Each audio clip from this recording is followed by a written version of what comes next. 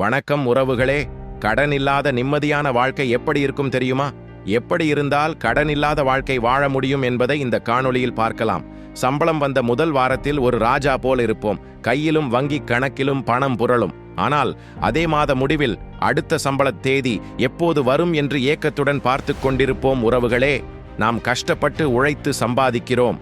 ஆனால் நம் பணத்தை ஏன் நம்மால் சேமிக்க முடியவில்லை? இங்கே பிரச்சனை நம்முடைய வருமானத்தில் இல்லை, பணத்தை கையாளும் விதத்தில்தான் இருக்கிறது. பணக்காரன் ஆவது என்பது எவ்வளவு சம்பாதிக்கிறோம் என்பதில் இல்லை, எவ்வளவு சேமிக்கிறோம் என்பதில்தான் இருக்கிறது. இன்றைய இந்த முக்கியமான காணொளியில் உங்கள் பணத்தை வீணடிக்கும், ஆனால் நீங்கள் கவனிக்க தவறும் 5 முக்கியமான தவறுகளை பற்றி பார்க்க போகிறோம். இந்த தவறுகளை சரி செய்தால் மாதம் ரூபாய் 10,000 வரை சேமிக்கலாம். நிறுத்த வேண்டிய இடங்கள்: 1. மற்றவர்களின் பார்வைக்காகச் செய்யும் ஆடம்பர செலவுதான் நாம் செய்யும் முதல் பெரிய தவறு.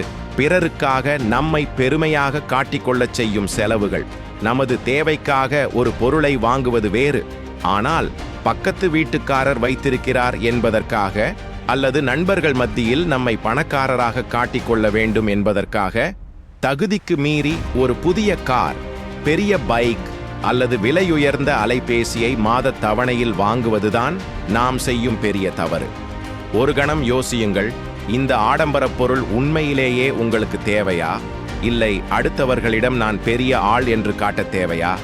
உங்கள் உண்மையான மதிப்பு நீங்கள் வைத்திருக்கும் பொருட்களில் இல்லை, உங்கள் நிதி சுதந்திரத்திலும் மன அமைதியிலும் தான் இருக்கிறது என்பதை உணருங்கள். 2.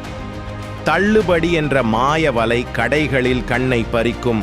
50% தள்ளுபடி, இன்று மட்டுமே சிறப்பு சலுகை போன்ற விளம்பரங்களை பார்த்தவுடன் நமக்கு அது தேவையா இல்லையா என்று யோசிக்கிறதே இல்லை. விலை குறைவாக கிடைக்கிறது, அப்புறம் வாங்க முடியாது என்ற எண்ணத்தில் தேவையே இல்லாத ஒரு பொருளை வாங்கி வீட்டின் ஒரு மூலையில் போட்டு விடுகிறோம். 5,000 ரூபாய் ஒரு பொருள் 3,000 ரூபாய்க்கு கிடைக்கிறது என்று நினைத்தால் நீங்கள் 2,000 ரூபாய் மிச்சப்படுத்தியதாக நினைக்கிறீர்கள். ஆனால் உண்மையில் நீங்கள் 3,000 ரூபாய் செலவு செய்துள்ளீர்கள். ஒரு தள்ளுபடி உங்களுக்கு அத்தியாவசியமான ஒரு பொருளின் மீது இருந்தால் மட்டுமே அது நல்ல தள்ளுபடி. இல்லையெனில் அது உங்கள் பணப்பையை காலி செய்யும் ஒரு தந்திரமே. 3வது மாத தவணை EMI என்ற கடன் பழக்கம் ஆசைகளை நிறைவேற்ற பயன்படுத்தப்படும் மாத தவணை முறை. EMI ஒரு ஆபத்தான பழக்கம். 4 லட்சம் ரூபாய் மதிப்புள்ள ஒரு பொருளை மாதம் 10,000 ரூபாய் கட்டினால் போதும் என்று வரும்போது அந்த பொருள் மலிவாக தெரிகிறது. ஆனால் நாம் அசல் தொகையோடு கண்ணுக்கு தெரியாத வட்டியையும் சேர்த்து அதிகமாக பணம் கட்டுகிறோம். அத்தியாவசிய தேவைகளான வீடு கட்டுவது அல்லது உயர்கல்வி பெறுவது போன்றவற்றுக்கு கடன் வாங்குவது வேறு. ஆனால் ஆசைப்படும் அனைத்து பொருட்களுக்கும் கடன் வாங்குவது நாம் நமக்கு நாமே நிதி அழுத்தத்தை உருவாக்கிக் கொள்வது போலாகும். முடிந்தவரை கடனில்லா வாழ்வு வாழ முயற்சி செய்யுங்கள். 4வது உணர்ச்சி வசப்பட்ட செலவுகள், இமோஷனல் ஸ்பெண்டிங். மனம் சரியில்லாத போது, கவலையாக இருக்கும்போது உடனே ஆன்லைனில் எதையாவது ஆர்டர் செய்வது, அதிக மகிழ்ச்சியில் நண்பர்களுக்கு பெரிய பார்ட்டி வைப்பது, இது ஒரு ஆபத்தான சுழற்சி. உங்கள் உணர்ச்சிகளுக்கும் செலவுகளுக்கும் ஒரு முடிச்சு போட்டு வைத்திருக்கிறோம். உணர்ச்சி வசப்பட்டு செய்யும் செலவுகள் உங்கள் பிரச்சனையை தீர்க்காது. மாறாக ஒரு புதிய நிதி பிரச்சனையை உருவாக்கும். செலவு செய்வதற்கு முன் ஒரு 24 மணி நேரம் காத்திருங்கள். அந்த பொருளின் தேவை உள்ளதா என்பதை மறுபரிசீலனை செய்யுங்கள். உங்கள் உணர்ச்சிகளை பணத்தால் சமாளிக்க முடியாது. 5வது வரவு செலவு திட்டம், பட்ஜெட் இல்லாத பயணம். நம்மில் பலர் நம்முடைய வருமானத்திற்கும் செலவுகளுக்கும் இடையில் ஒரு கணக்கு வழக்கே இல்லாமல் இருப்போம். எதுக்கு பட்ஜெட், பணம் இருக்கிற வரைக்கும் செலவு பண்ணலாம் என்று நினைப்போம். ஆனால் இப்படி செய்வதால் தான் பணம் எங்கே போகிறது என்றே தெரியாமல் மாத கடைசியில் திண்டாட்டம் ஏற்படுகிறது. ஒரு சரியான பட்ஜெட் போடுவது என்பது உங்கள் நிதி ஆரோக்கியத்திற்கு மிக முக்கியம்.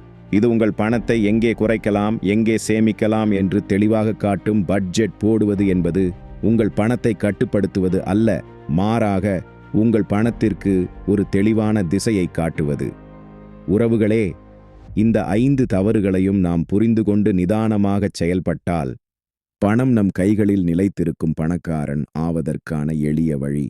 சம்பளம் வந்த தேதியிலேயே ஒரு குறிப்பிட்ட தொகையை, உதாரணமாக 10% முதல் 20% வரை உங்கள் கண்ணுக்கு படாத வேறு ஒரு சேமிப்பு கணக்குக்கோ அல்லது முதலீட்டுக்கோ மாற்றிவிடுங்கள்.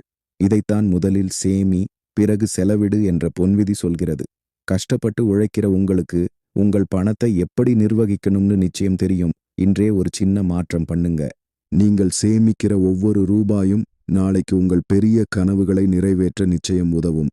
இந்த காணொளியின் மூலம் நீங்கள் தெரிந்து கொண்ட விஷயங்களை இங்கே கமெண்டில் பகிர்ந்து கொள்ளுங்கள். இந்த காணொளி உங்களுக்கு பயனுள்ளதாக இருந்தால் லைக் செய்து உங்கள் நண்பர்களுக்கும் பகிருங்கள். மீண்டும் அடுத்த வீடியோவில் சந்திப்போம். நன்றி, வணக்கம்.